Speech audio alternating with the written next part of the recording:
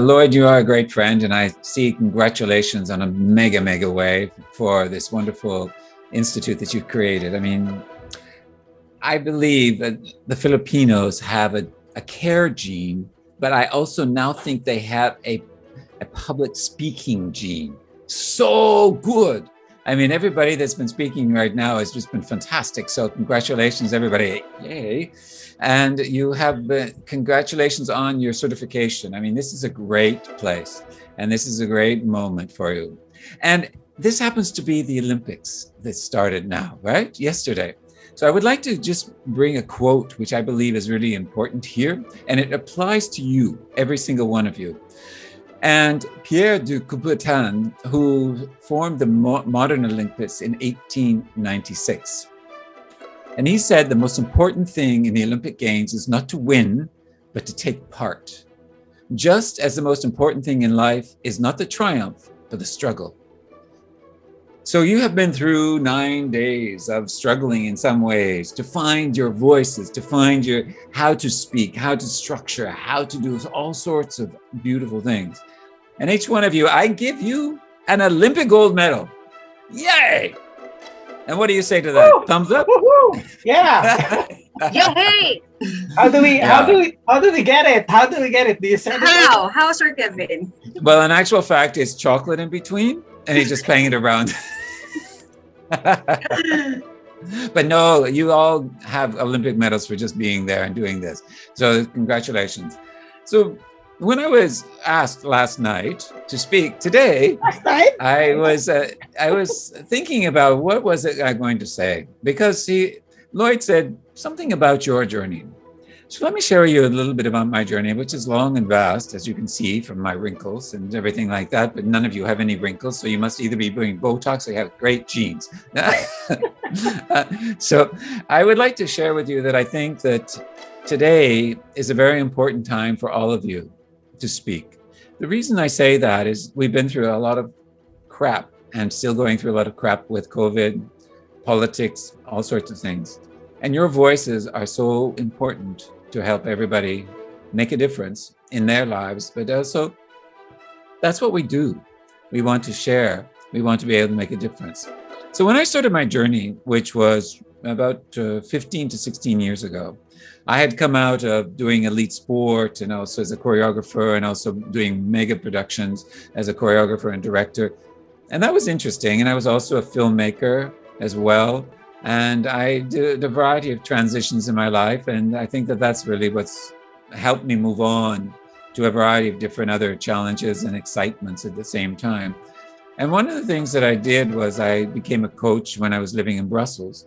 And then I thought, and a trainer, and I thought, well, if I'm going to train, I need to be able to speak. I need to be able to stand in front of people. And I was not good at all because I get very nervous about speaking, actually. And so I went to Toastmasters. And at that time, there wasn't the certification program here at Lloyd's. And so consequently, what I did was I went and I studied and I did all of those programs and all of the different workshops and everything that I could do. And I even went to competitions. And that was exciting because it really got me in front of people. And it's all about practice. Everything's about practice. Just like an Olympic athlete, it's about practice. It's about practice. It's about training. Constantly reworking, relooking at your speeches and constantly honing your craft, because it is a craft. It's not just a profession, it's a craft. And a craft is like an art. And so that's very, very important for us to think about this as artists. We're all artists. Even if you're a scientist or you're not, but we're all artists in science as well. So I did that, and then that's what was very important to me. So I wrote my first book, which was called Aha Mother's Pearls. And then I continued on my journey of speaking, and I took up speaking much more fully when I moved to Singapore, because I then joined the Asia Professional Speaker Singapore. And that's when I found out and I met Lloyd a few more years ago. And my goodness, a powerhouse in the Philippines. Wow. And I visited the Philippines the first time, way before any of you were born, in 1973. Yes, 1973. Amazing. And my last time was just 2 years ago in 2000, or 3 years ago in 2019. So there was a big space in between. I have to say, Manila doesn't look the same as it did in 1973. But anyway, my speaking career took me to a variety of different places in the Middle East. It took me into Europe. It took me also here. And now we're virtually, so we're everywhere globally. And I think that that's a great achievement. But I think also it's so nice to be in person, you know, and to be able to feel the energy of a crowd inside. And that is one thing that I miss terribly. But I think one of the things that happened for me was I was looking for a subject matter to speak on, because I think I was losing the oomph. I was losing my interest. I was losing that. And I think that we need to find new subjects every so often to give us that impetus, to give us that strength, to be able to use our craft in a different way. But it has to come from a deeper sense of being, not just somebody gives you an idea. No, you've got to live it. You've got to feel it in your bones, in your genes, everything. So I gave myself the title and a brand, the Global Nomad. And at some point, I was going to have a mentor. And I loved the point that I got on a mentor, and his name is Frederick Herron, a really incredible conference speaker, global. He's spoken everywhere in the world. And I felt really lucky to have had him as a mentor. So I went to one of his sessions, which is called a theme session, inner theme session, because I was looking for my theme. And he said, we started to talk, you know, and he asked me, what is this global nomad? I don't understand it. Tell me what is this? What is it? But mostly he says, I'm not interested in the global because I'm already global. He said, I want to know about nomad. And I said, well, I'm not just nomad. I'm totally mad. But I mean, so he said, and he looked it up in the dictionary, what it means. And so it started to build in me this inner theme. He started to ask me questions like a good coach and a great mentor. And he started to say, what is it? And I started to find out more information about what is a nomad. And he said, you know, if you're going to speak on a subject, you need to write a book. So folks, you got to write a book. But you got to write a book about something that you really love. Just like Lloyd has, and he's nomad. And I tell you, he's just mad. So just so you know that completely. And I can't wait to go to the rice fields with him one day when we can travel, because I would love it very much. Right, Lloyd? Indeed. So anyway, what happened was he said, you're going to have to write a book. And he said, you're going to have to research. But he said, what would the name of the book be? And as you can see behind me, that's what the book became. It's the nomadic mindset. But the tag after that is never settle for too long. So Mike, you need to never settle for too long in your speaking development and also your subjects. Never settle for too long. Settle long enough to learn, but never settle for too long. Keep growing. So anyway, what happened was he said, you need to research. And I went, oh, great. And he says, you need to go and visit 3 nomadic tribes in the world. What are they? I went, oh. I said, can I just do this on Google and go to the library? And he said, no. You need stories. You need to live with them. You need to eat with them. You need to have conversations. You need to observe them. You need to watch them. You need to find out everything about them. Why? Because then it becomes real. From a book, it's not real. It's not really real. You need to get into the land, into the people, just like any culture. That's what I loved about going to the Philippines. It was the people, the culture, the people of the earth. And that's what's important. And then he said, you need to have a conversation with at least 100 executives because it's a leadership book. And I went, okay, that's okay. And I can do that. So anyway, I got really frightened, really frightened. And I thought, we spoke for a month about this. And he said, you don't believe me, do you? That this is a great subject.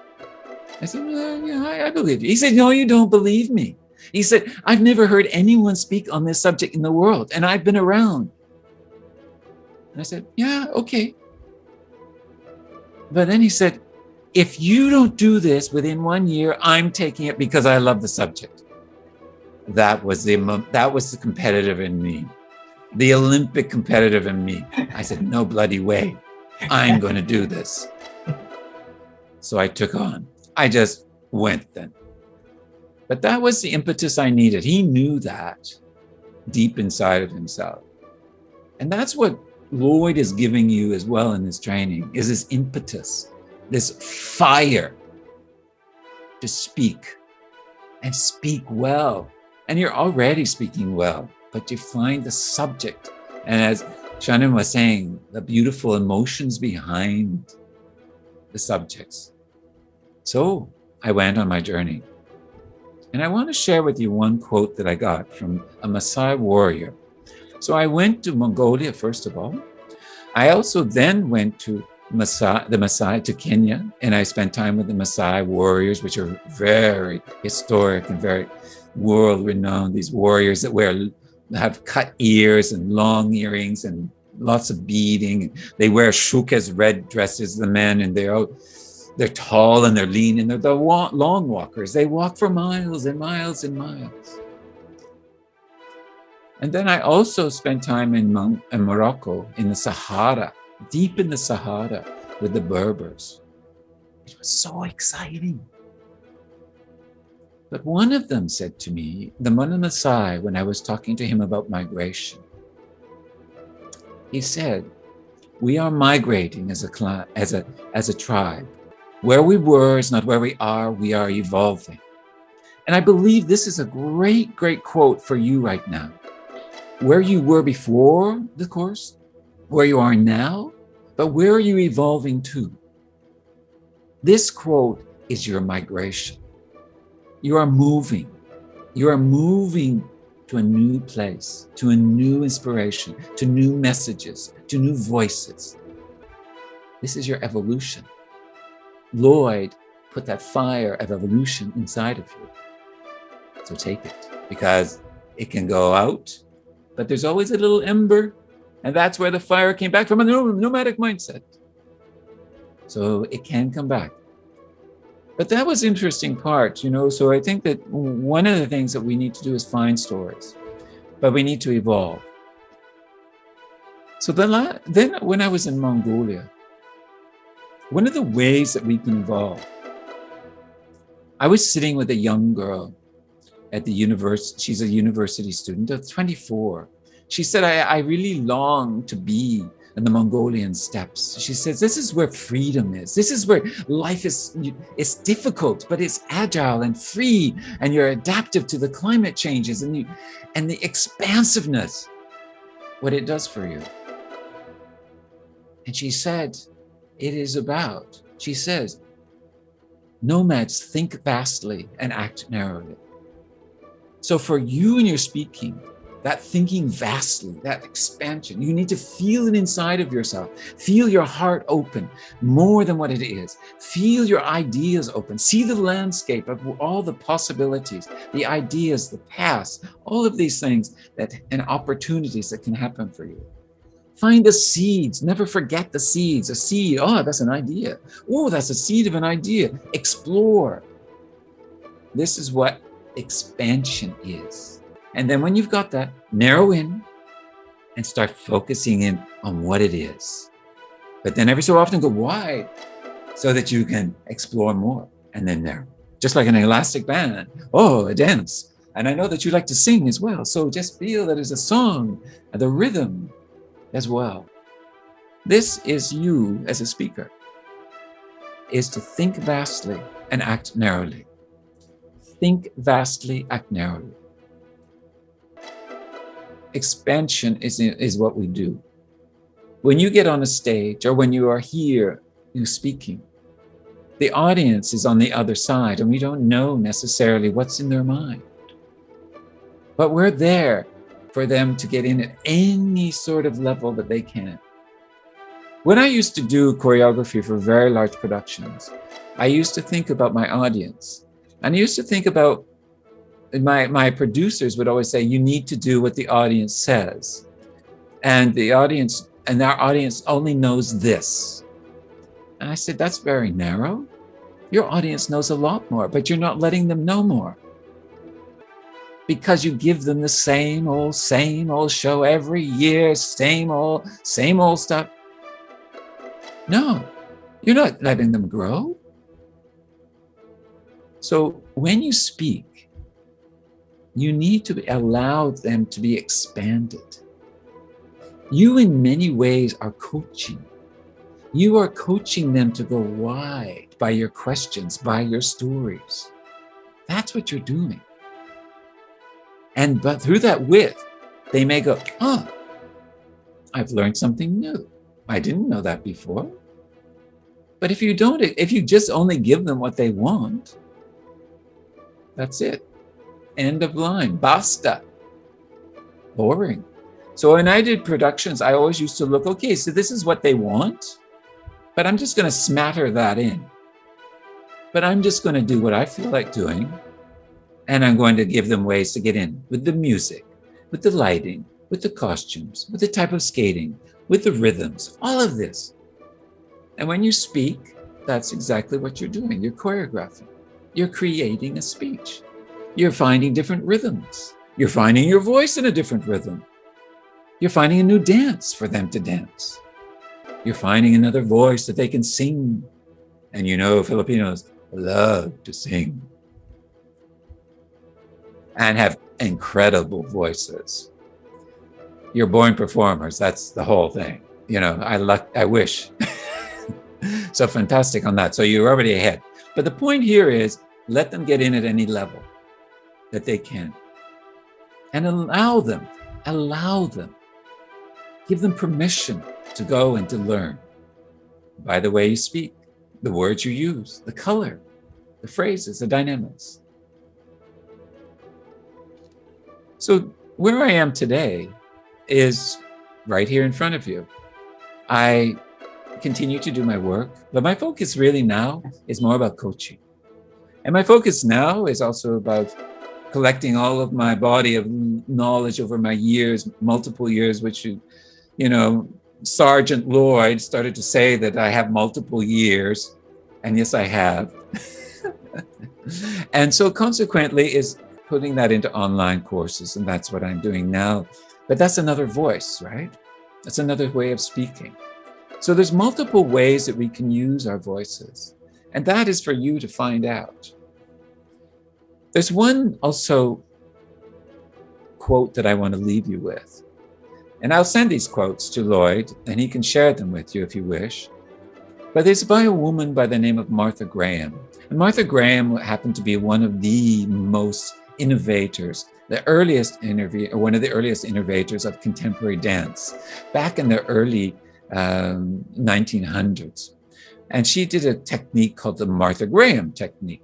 It was very angst and I couldn't do it because you needed to have a body that was very flexible and very open and very wide, very expansive. Mine was not at that time. But anyway, she says this quote, and let me leave this with you because this is the most important part of my talk today. There is a vitality, a life force, an energy, a quickening that is translated through you into action. And because there is only one of you in this lifetime, this expression is unique. The word that I want you to think about is unique. Every one of you has a uniqueness, and it's about finding what that uniqueness is living that uniqueness and choosing your voice and your way of distribution of this to help people make a difference in their lives, but also in a greater world. It is your dharma, your duty, to show your uniqueness, to live your uniqueness, and to be your uniqueness as a speaker. So uniqueness is sometimes difficult. We say, I don't know what I'm unique at. Then ask others that you trust, what am I unique at? What do you see in me? Why am I so unique? People may say, oh, you're not unique. But that's not true. Every single one of us, as Martha says, has a voice. and is unique. Just as she would know because she was a dancer and a choreographer, and she would use those bodies which were unique, each one, and their voices were unique. It's not the two the same. Just like every one of you here is very different. But it's about finding that and living that. So I want to leave you with that, is be your uniqueness, think vastly, act narrowly. You are migrating. Where you were is not where you are evolving. And also, you are an Olympian. It is your job to just take part and be. Let everybody else do the rest. Thank you so much.